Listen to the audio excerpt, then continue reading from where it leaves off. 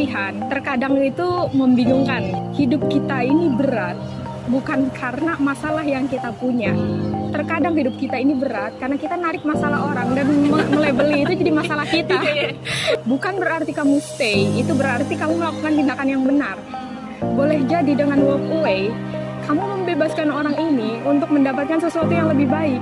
Kalau menurut aku, kita tuh terutama cewek ya, menempatkan bar standar itu terlalu di bawah untuk cowok terutama. Standarnya untuk cewek tuh lebih ke beban, Dengan cowok itu lebih ke sikap. Iya, ke sikap, tapi tuh basic gitu loh. Semua cewek juga kayak gitu. Tapi orang-orang sekarang bilangnya itu adalah standar sosial media. Mereka ngelihat orang-orang sekitarnya itu adalah asal dia mau menafkahi, asal dia nggak selingkuh, asal dia masih sayang anaknya, dimaafkan. Iya. Saking cintanya kamu sama orang ini, kamu sampai mengorbankan diri kamu sendiri. Sementara satu hal yang aku tahu, untuk menjaga hubungan kita tetap solid adalah kita menjadi diri kita sendiri. Aku percaya bahwa cinta itu bukan tentang kepemilikan. Cinta itu tidak berarti mengikat. Cinta itu sifatnya membebaskan. Bayangin deh, kalau kamu terikat dan ikatannya itu terlalu kencang, kamu gak akan bisa bernafas kan. Cinta itu sesuatu yang kamu lakukan untuk orang ini, yang sifatnya membebaskan orang ini.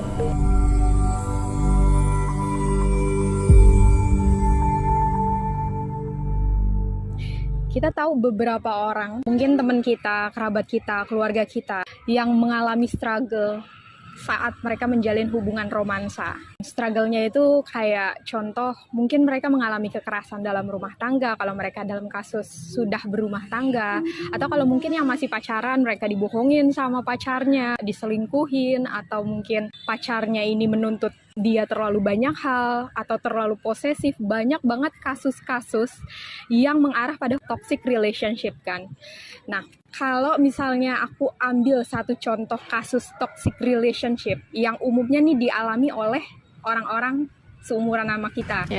Yang pertama itu kayak pasangannya ini terlalu posesif. Anggaplah A sama B ini berpasangan. Si A mau si B selalu ngabarin dia, terus selalu ngajak dia kemanapun si B pergi. Terus juga tiba-tiba segala sesuatu kehidupannya si B ini, si A ini mau dilibatkan gitu. Segalanya tuh si A harus tahu. Dan uniknya adalah gini, si A berpikir kalau sikap posesifnya itu dia labeli sebagai cinta gitu, sebagai bentuk cinta.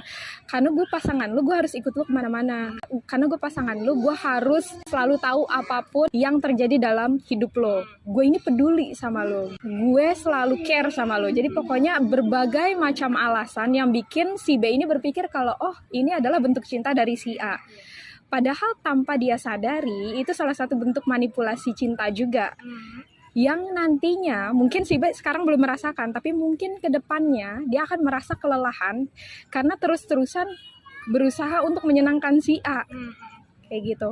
Kalau misalnya dalam contoh situasi yang seperti itu, di mana pasangan kita terlalu posesif, tindakan yang paling bijaksana itu yang harus kita lakuin itu apa sih kalau menurut kamu? Kita harus memberikan batasan sih.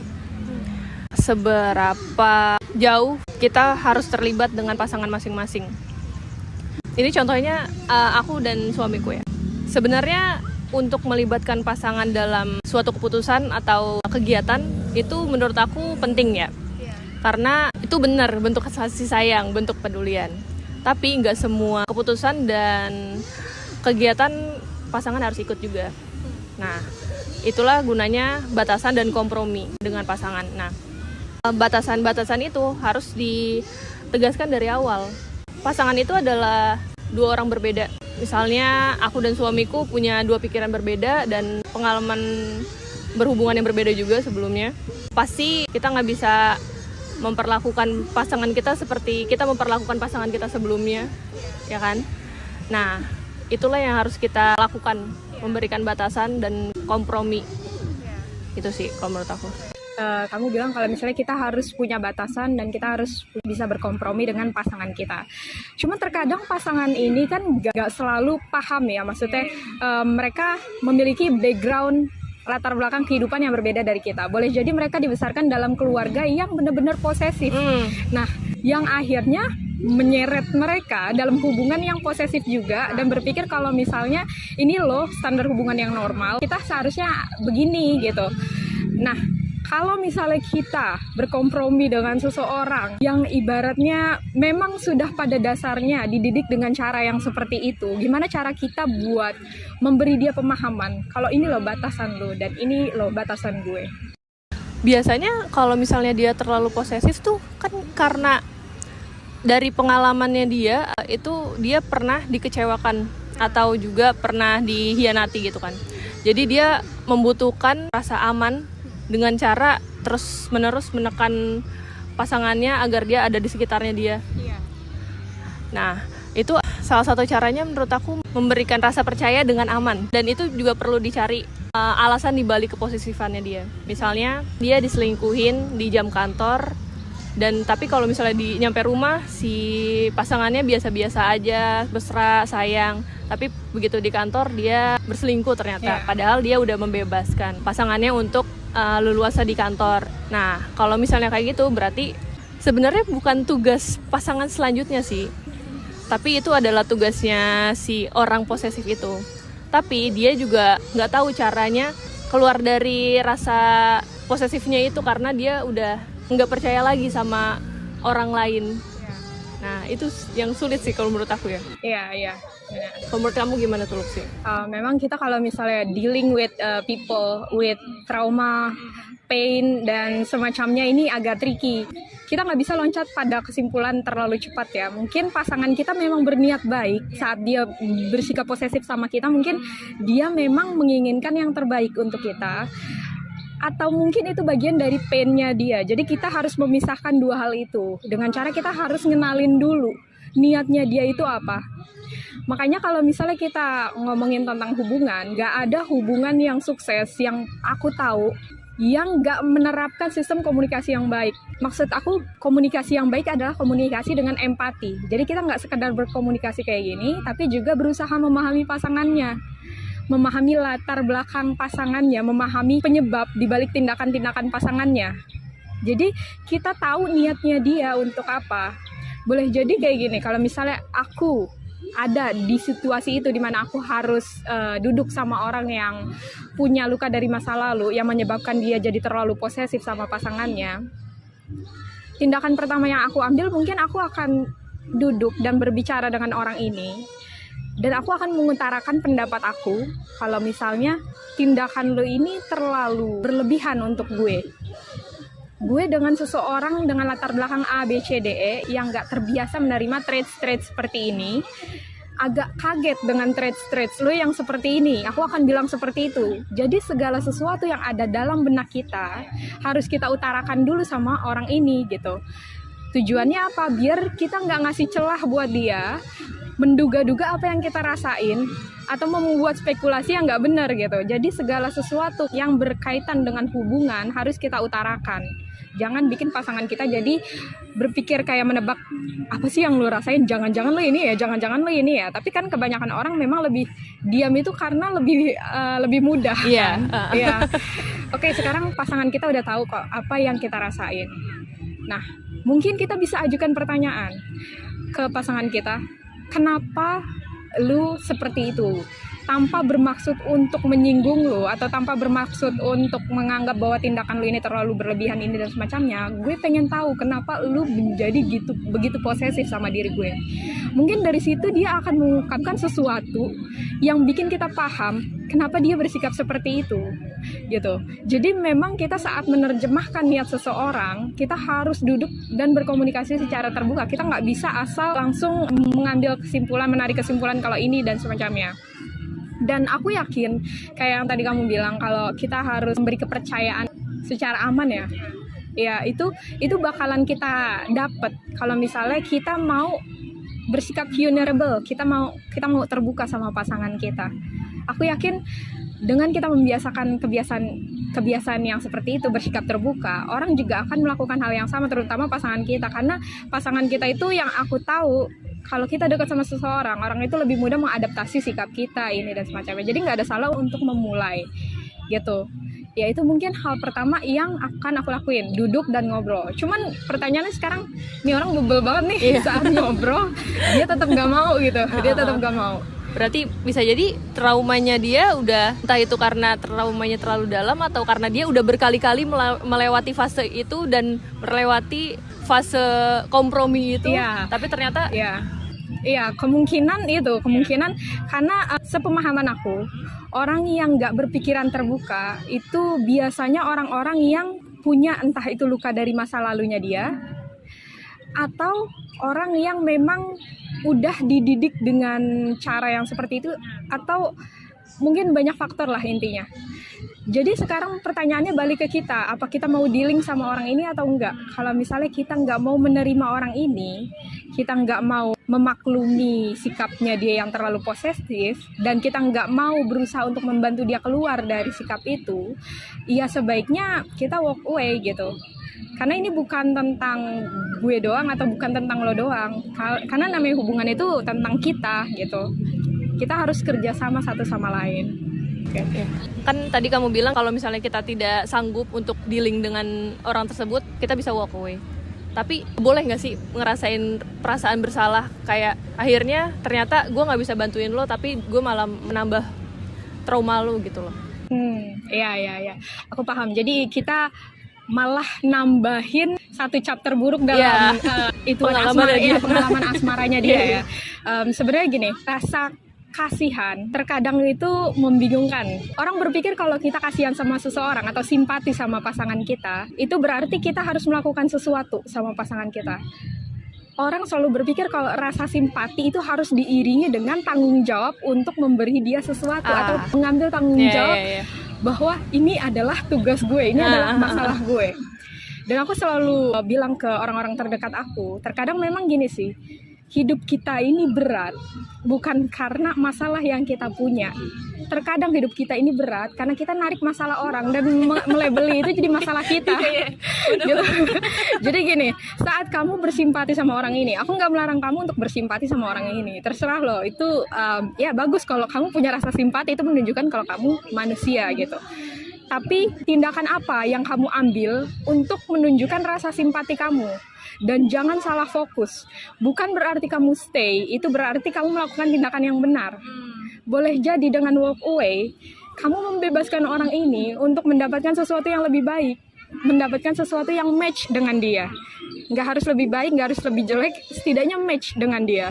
Oke, mungkin gue bukan orang yang cocok buat lo. Jadi kamu memberi dia kebebasan, dan kamu juga memberi diri kamu kebebasan gitu. Jadi jangan miss the point saat kamu walk away dari orang.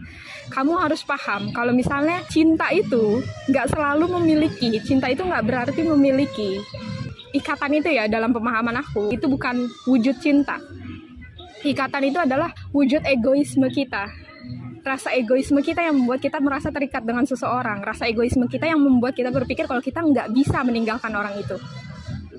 Jadi jangan salah persepsi about ya itu. Maksudnya kamu kalau walk away, kamu sadar, dengan catatan ya, harus digarisbawahi, saat kamu walk away kamu sadar bahwa itu adalah keputusan yang terbaik buat kamu dan dia gitu. Itu satu contoh kasus tentang posesif. Aku ada contoh kasus lain di mana seseorang ini udah bergerak keluar dari sisi autentiknya dia. Jadi gini, saat kita berpasangan, pasti kita punya dorongan untuk mengesankan pasangan kita. Entah itu dari yang terlihat ataupun yang nggak terlihat gitu. Yang terlihat contoh kita mulai make up, kita mulai pakai pakaian yang bagus. Pokoknya filter segala sesuatu yang berkaitan dengan look kita, appearance kita. Dan yang nggak terlihat itu kayak cara kita berpikir. Mungkin kita mau menyesuaikan nih, biar kita sama pasangan kita satu frekuensi. Misalnya pasangan gue suka nonton film ini, horor, gue juga mau suka film horor. Atau pasangan gue suka baca buku, terus tiba-tiba kita pengen baca buku juga. Pasangan kita suka ngomongin politik, terus kita tiba-tiba yang gak ngerti politik harus itu. Jadi kayak ada banyak banget cara yang kita lakuin untuk mengesankan pasangan kita.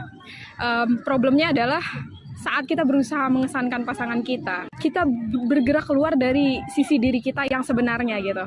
Jadi kita nggak menunjukkan diri kita yang asli. Semua tindakan kita intinya itu dengan tujuan untuk mengesankan pasangan kita. Dan dari apa yang aku amati, tindakan-tindakan yang kayak gitu, dalam selang waktu 1, 2, 3, 4 bulan, mungkin itu fine. Tapi dalam waktu yang lebih panjang, itu bakalan jadi drain tersendiri buat kita. Kita ngerasa lama-lama lupa siapa diri gue, terus kita juga mulai merasa kalau misalnya ada sesuatu yang salah, something off with this relationship, terus kita akhirnya mulai berpikir kalau ini semua salah pasangan gue. Dan jadi kayak kita mulai playing victim, dan kita mulai bilang ke pasangan kita, ya kalau misalnya aku kayak gini kamu gak bakal cinta sama aku. Jadi semua tindakan kita di cover dengan cara menyalahkan pasangan kita.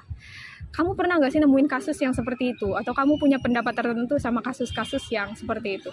Kalau kasus yang kayak gitu, seingat aku belum ada ya. Cuma aku lebih seringnya tuh semakin lama kita dengan pasangan, semakin lama kita berteman atau berpasangan, berhubungan dengan suatu orang secara dekat, secara intim, semakin kita terseret dengan arusnya dia. Kalau kita nggak punya pegangan yang kuat ya. Bukan pegangan maksudnya kita keras kepala, tapi pendirian kita akan pendapat dan tujuan kita tuh jelas gitu.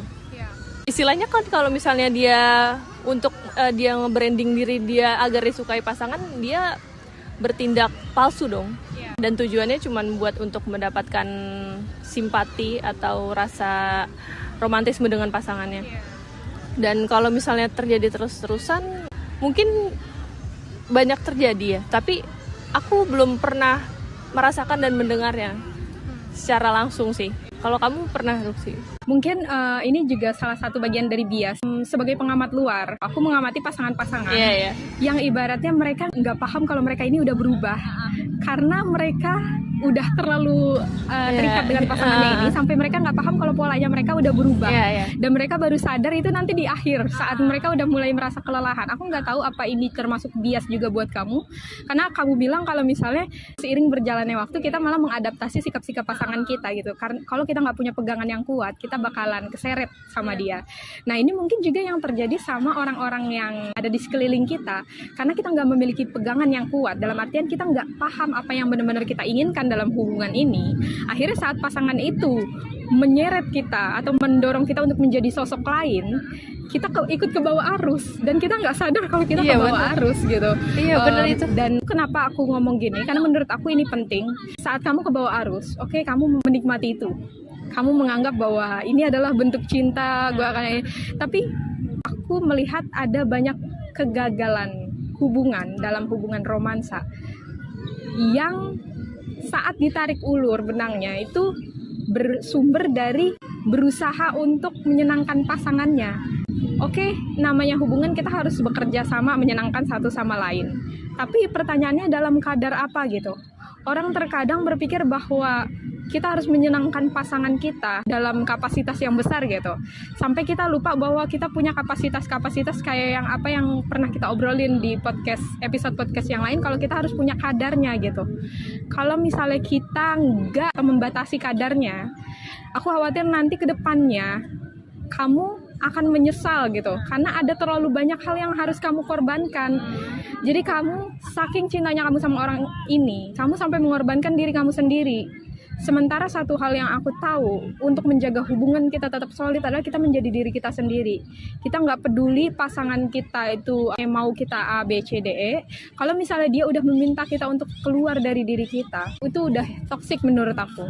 Kita harus punya tolak ukur. Atau mungkin kalau kamu saking lagi euforia lagi kasmarannya, kamu harus reach out orang terdekat, atau mungkin orang yang kamu percaya, atau mungkin kamu seumpama kamu nggak punya teman yang bisa dipercaya, kamu bisa ngandelin diri kamu sendiri dengan cara kayak kamu harus mulai berhenti dan mulai mengevaluasi, misalnya ini hubungan gue masih sehat gak sih, apa gue masih merasa baik dengan diri gue. Kalau misalnya kamu merasa baik, iya, nggak ada salahnya kalau misalnya kamu bertanya lagi, ini rasa baik yang gue rasain ini sebenarnya memang sehat atau enggak sih? Karena kita nggak tahu penyesalan di depan itu yang seperti apa, dan kita nggak bisa mengantisipasi pasangan kita ini seperti apa. Kalau sekarang orang-orang nggak bisa nanya ke orang lain, ke temennya, nanyanya ke ChatGPT sih. Nah itu dia, gimana ya? Aku nggak menyalahkan orang untuk nanya ke ChatGPT ya. Cuman kita satu hal sih ya yang agak miris. Ya sih nggak apa-apa. Oke, zaman sekarang udah canggih gitu. Kita harus memanfaatkan apa yang bisa dimanfaatkan, yaitu teknologi modern. Tapi aku percaya kalau misalnya human ini suka sesuatu yang mess gitu, yang kacau gitu. Dan aku percaya satu hal yang membedakan ChatGPT dengan teman kita adalah kita punya ikatan, kita punya emosi gitu ya, maksudnya yang, dan memang itu yang harus kita reach out sih menurut aku. Ya nggak salah kalau misalnya kamu mau ke ChatGPT, cuman aku mungkin lebih menyarankan ke terapis, atau mungkin itu mungkin bisa lebih rasional karena kamu bisa ya kayak gitu. Tapi kadang kita nggak tahu kalau misalnya kita dikelilingi oleh orang-orang yang toksik, atau kita sendiri yang toksik, atau sedang menjalani hubungan yang toksik. Kapan kita bisa sadar kalau misalnya kita tuh ternyata lagi ada di fase itu loh? Menurut aku kalau misalnya kita ada dalam satu hubungan itu ya, kita akan terlalu kena bias. Dalam artian maksud aku seperti ini, bias ya. Kamu lagi kasmaran loh sekarang, kamu lagi melihat dunia dalam lanskap yang seperti ini loh. Akhirnya kalau misalnya kamu ada di dalam lanskap itu, kamu akan melihat dunia ini seperti apa yang kamu harapkan. Maksudnya kamu melihat kalau misalnya standar dari cinta itu yang seperti A, B, C, D, E, ya kamu juga akan menilai kalau misalnya pasangan kamu nggak melakukan A, B, C, D, E, ya itu salah menurut kamu kayak gitu. Jadi kalau misalnya memang kita mau tahu kita ini berada dalam hubungan yang toksik atau enggak, atau kita mau tahu kalau kita ini orang yang toksik atau enggak, kita keluar dari lanskap itu. Memang ini nggak mudah, menurut aku ini nggak mudah, tapi aku percaya kalau misalnya orang-orang terdekat kita itu adalah pengamat terbaik, karena mereka melihat pola dalam diri kita. Kalau misalnya kita tahu nih ya, orang luar itu lebih objektif dari diri kita. Kalau kita lagi ada dalam suatu hubungan, semua pendapat kita itu sifatnya bias, sifatnya terlalu subjektif, karena kita terlalu menempatkan diri ya. Iya, kita terlalu melekat sama orang ini. Akhirnya kita nggak mau mengatakan sesuatu yang jelek, karena kita berpikir bahwa kalau lu jelek, gue juga jelek gitu. Kita nggak melihat sesuatu secara objektif. Jadi saran dari aku adalah keluar dari kaca itu dan mulai bertanya sama orang-orang terdekat kita gitu. Maksud gimana sih lu melihat hubungan gue? Nggak ada salahnya kalau kita nanya sama orang lain. Tapi juga kamu harus pastiin bahwa orang ini yaitu orang yang bisa kamu percaya gitu, bukan orang yang berniat untuk menjatuhkan kamu. Karena kita ini kalau misalnya ketemu sama orang-orang yang toksik juga seperti itu, biasanya kita lagi down, ketemu orang toksik, akhirnya kita semua ucapannya dia jadi kayak nggak kita filter, akhirnya kita mulai percaya kayak gitu. Jadi kamu harus melihat pola itu dengan cara berbicara sama orang lain, atau mungkin cara lain adalah kamu berbicara dengan diri kamu sendiri. Sekarang jujur deh sama diri kamu sendiri. Kalau misalnya kamu merasa hubungan ini gak sehat, kamu pasti udah mencium tanda-tandanya. Aku yakin kalau setiap orang punya insting yang terkadang kita abaikan, tapi itu sebuah sinyal loh. Kalau kamu merasa something off atau ada sesuatu yang salah, gak ada salahnya buat berhenti dan bertanya gitu. Sekarang kita mau gali lebih dalam penyebab hubungan itu menjadi toksik. Jadi aku berpikir kalau misalnya orang-orang suka sama model hubungan yang gak realistis. Jadi gini, orang-orang zaman sekarang suka sama model hubungan yang gak realistis. Mereka gak dibekali oleh dasar-dasar cinta yang membuat mereka berpikir kalau cinta yang sempurna itu seharusnya seperti ini loh.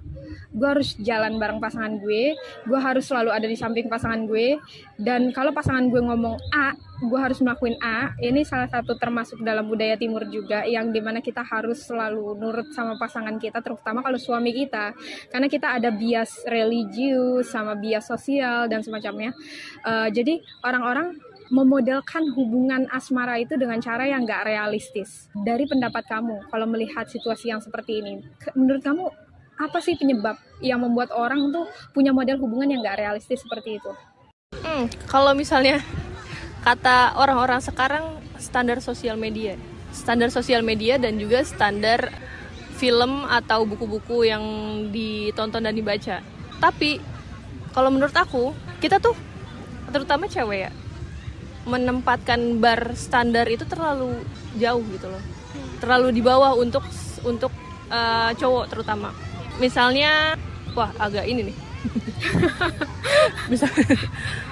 Aku pernah baca di Threads. Jadi standar pasangan buat cewek itu pertama gak ngerokok, gak minum minuman keras, gak judi, terus juga setia, terus juga pengertian ya. Nah 5 itu kan kalau misalnya di standar cowok itu adalah salah paket lengkap. Sedangkan kalau untuk cewek standarnya bisa masak, bisa bersih-bersih rumah, terus bisa ngurus anak, bisa ngurus orang tua, bisa kerja. Kayak standarnya untuk cewek tuh lebih ke beban, sedangkan lebih ke tugas. Iya, ke tugas. Sedangkan cowok itu lebih ke sikap. Iya, ke sikap, itu. tapi tuh basic gitu loh. Semua cewek juga kayak gitu. Tapi orang-orang sekarang bilangnya itu adalah standar sosial media. Mungkin seperti kamu bilang, bias kita tuh sekarang karena udah ada sosial media dan referensi lain. Referensi kita kan cuma 2, pengalaman orang tua, pengalaman orang terdahulu, sama sosial media, dunia maya. Jadi mungkin orang-orang yang bilang standar sosial media itu, mereka ngelihat pengalaman orang tuanya, pengalaman orang-orang terdahulu, orang-orang sekitarnya itu adalah asal dia mau menafkahi, asal dia nggak selingkuh, bahkan nggak selingkuh aja sekarang udah, yang penting lu masih dinafkahi, selingkuh nggak apa-apa, asal dia masih sayang anaknya, dimaafkan. Iya. Aku tertarik ya, ini salah satu sesuatu yang menarik gitu. Jadi di sini ada beberapa hal yang aku tarik dari apa yang kamu ucapin tadi. Pertama, kita nggak punya pondasi yang kuat sampai kita harus berpikir bahwa apa yang disediakan oleh sosial media adalah itu yang jadi buku panduan kita. Kenapa kita nggak punya pondasi yang kuat? Menurut aku karena kita nggak punya pendidikan tentang cinta.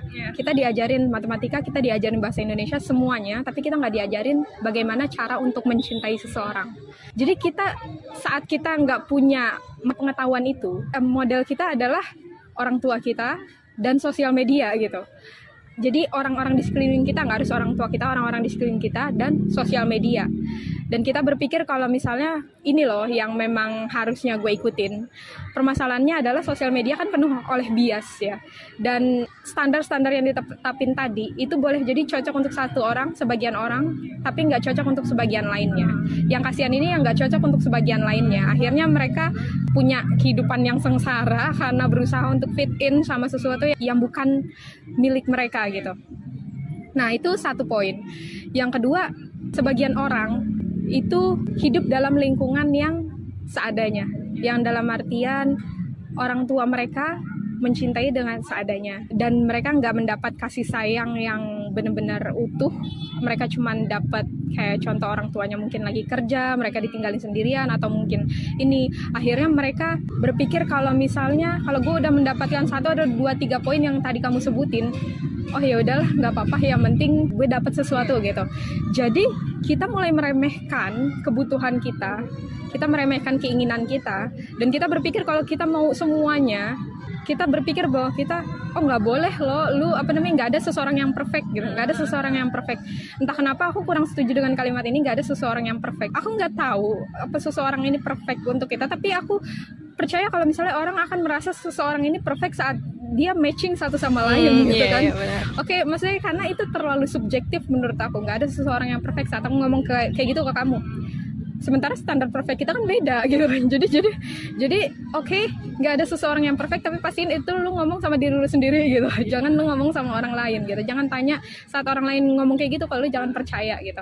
Jadi kamu harus percaya standar kesempurnaan kamu itu yang seperti apa. Jangan kamu memaklumi traits negatif dari pasangan kamu cuma karena dia punya kualitas semprit sedikit yang mungkin meminimalisir traits negatif yang mungkin lebih besar dari traits positifnya dia. Dan menurut aku, balik lagi ke pertanyaan awal, penyebab orang berperilaku seperti itu sama kita, penyebab orang gagal dalam hubungannya itu, menurut aku mungkin balik lagi ke diri kita sendiri. Saat kita udah masuk ke dalam suatu hubungan, apakah kita udah sepenuhnya mencintai diri kita atau belum? Karena kebanyakan orang masuk ke dalam hubungan untuk dicintai kan, untuk merasa full. Tapi permasalahannya adalah cinta itu tidak terjadi saat kamu merasa kosong atau mungkin kamu merasa galau. Cinta itu terjadi saat kamu udah merasa fulfill dengan diri kamu sendiri, merasa terpenuhi dengan diri kamu sendiri, dan akhirnya kamu masuk ke dalam hubungan ini, itu kalian untuk saling melengkapi gitu. Tapi itu harusnya kita secara penuh sadar akan diri sendiri, aware diri sendiri, dan sepenuhnya mencintai diri sendiri dulu baru mencintai orang lain. Tapi kita lebih sering untuk craving dicintai orang lain daripada untuk mencintai diri sendiri nggak sih? Nah, gimana cara kita buat fulfilling diri sendiri dulu? Aku pribadi pun masih on progress untuk fulfilling diri aku sendiri. Tapi hal yang aku lakuin sejauh ini adalah aku berusaha untuk menjauhkan diri aku dari satu hubungan. Oke, tapi jangan berpikir kalau misalnya aku nggak mau mencintai. Nggak, gini. Aku berusaha untuk stop. Berusaha untuk memahami apa yang aku butuhkan dulu sebelum aku mencintai orang lain. Sejauh ini cara aku adalah aku melakukan kebiasaan-kebiasaan positif atau kebiasaan-kebiasaan yang sifatnya membantu aku untuk mengenali siapa diri aku sendiri. Saat aku melakukan kesalahan sama orang lain, aku nggak langsung melakukan tindakan A, B, C, D, E. Aku lebih cenderung berhenti dan berpikir, kenapa gue bisa melakukan kesalahan ini? Dan kalau misalnya kita membiasakan diri kita untuk lebih banyak mengevaluasi tindakan kita, aku percaya kalau misalnya kita akan menemukan jawaban tentang kenapa kita bersikap seperti itu. Karena kalau pertanyaan kamu ini, jawabannya ini agak kompleks karena setiap orang punya kasus yang beda-beda. Gitu. Dan caranya itu selalu sama. Kita harus berhenti dan berpikir, mengevaluasi itu sih, dan tanya pendapat orang lain gitu tentang apa yang terjadi sama kita. Jadi sebagai makhluk sosial kita tetap butuh pendapat orang lain ya. Walaupun sebenarnya mungkin kita bisa bertanya ke diri sendiri, tapi jadinya seperti yang kamu bilang bias nggak sih? Iya. Kemungkinan itu akan bias. Bukan berarti kalau misalnya kita bertanya diri sendiri gitu, itu selalu bias, enggak. Kalau misalnya kita bertanya sama diri kita sendiri pertanyaan yang sama selama 3 kali, kita mungkin akan mendapat jawaban yang berbeda. Dan dari situ kita bisa lihat bias kita tuh ada di mana. Jadi selalu ada cara untuk kita lepas dari bias itu. Selalu ada cara untuk melihat segalanya secara objektif. Jadi dari berbagai kasus tadi, kalau kita tarik garis besarnya adalah itu contoh-contoh hubungan yang toksik. Yeah. Jadi menurut kamu, pertanyaannya adalah kapan kita harus berhenti mencintai? Saat kita kehilangan diri kita sendiri sih. Itu kayaknya yang paling penting deh. Kalau misalnya alasan-alasan lain kayak misalnya kita udah ngerasa nggak cocok, atau kita udah diselingkuhin, atau kita udah tidak diperhatikan, mungkin kita masih bisa mencintai orang tersebut. Tapi kalau misalnya kita udah kehilangan diri sendiri akibat dari hal-hal yang tadi aku sebutin sebelumnya, itu kita udah harus berhenti sih buat mencintai. Kalau menurut kamu gimana? Iya benar, kita harus berhenti mencintai saat kita udah kehilangan diri kita sendiri. Ada 3 hal lain yang mungkin mau aku tambahin. Yang kedua adalah saat kita udah terlalu terikat sama orang ini. Ya, jadi saat kita udah mulai terikat sama orang ini, baiknya kita stop. Bukan berarti kita cut, kita stop untuk berhenti berpikir. Karena kita mulai depend, kita mulai bergantung sama orang ini. Dan itu salah satu tanda-tanda yang negatif yang mungkin terjadi sama kita. Kita nggak sadar, tapi itu mungkin ada tandanya. Kita bisa lihat dari kayak saat pasangan pergi, kita mulai khawatir nih dia pergi kemana ya. Atau saat pasangan gak ngabarin kita mulai khawatir. Nah, kalau misalnya kita udah menemukan kasus-kasus yang seperti itu, coba deh berhenti untuk berpikir dan tanya orang terdekat. Kenapa kok gue bisa seperti ini gitu. Tapi apa bedanya itu dengan posesif? Menurut aku itu sama seperti posesif ya. Jadi kayak ibaratnya saat kita depend on something, itu salah satu bentuk traits posesif kita. Jadi ya karena kita terlalu merasa memiliki orang ini, akhirnya kita bergantung sama orang ini. Karena kalau nggak begitu, kita nggak akan bisa melakukan sesuatu dengan cara kita gitu. Karena kita berpikir kalau orang ini adalah yang harus kita ikutin gitu. Jadi baiknya kita harus berhenti sih kalau misalnya memang itu yang terjadi sama kita. Selanjutnya adalah saat udah nggak ada rasa respect dalam hubungan ini. Respect itu penting ya, maksudnya Kayak contoh pasangan buka HP kita tanpa sepengetahuan kita, terus juga pasangan mulai melanggar batasan-batasan tentang yang kita ini, sumpama dia mulai nanya hal-hal yang berbau politik sama kita kayak gini, padahal kita nggak suka ngomongin kayak gituan, atau saat pasangan mulai nanya hal-hal yang bikin kita nggak nyaman, yang sifatnya melanggar batasan kita, itu baiknya kita berhenti dan berpikir, karena itu salah satu sign hubungan yang toksik. Gitu. Dan yang terakhir mungkin kekerasan.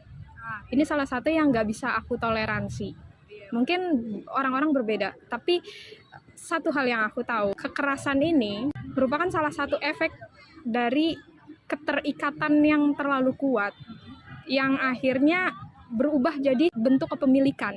Aku percaya bahwa cinta itu bukan tentang kepemilikan. Cinta itu tidak berarti mengikat. Cinta itu sifatnya membebaskan. Bayangin deh, kalau kamu terikat dan ikatannya itu terlalu kencang, kamu nggak akan bisa bernafas kan? Jadi cinta itu bukan mengikat, melainkan membebaskan. Cuman orang salah persepsi. Mereka berpikir kalau dengan kita pasang cincin ke jari manis satu sama lain, dengan kita mengucap sumpah, mengucap janji suci, whatever it is, itu berarti kita terikat.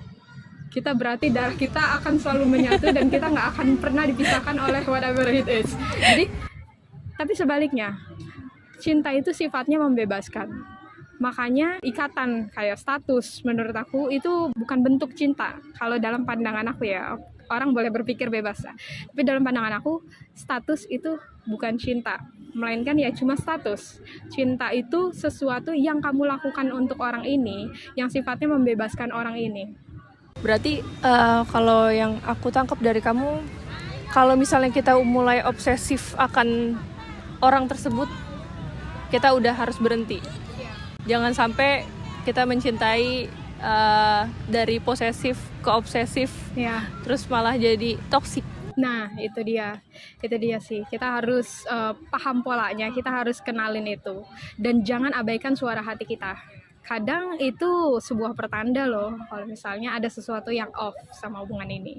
Dari yang tadi kita simpulin, intinya hubungan itu, cinta itu nggak selalu happily ever after. Selalu ada batas waktu untuk segala sesuatu, bahkan termasuk cinta itu punya batas waktunya, menurut aku ya. Dan orang boleh berpendapat berbeda, tapi selalu ada batas waktu. Cinta itu bakal hilang, entah itu oleh kematian atau perceraian. Kalaupun memang cinta happily ever after, pasti bakalan ada batas waktunya. Kalau nggak kematian, perceraian kan gitu kan.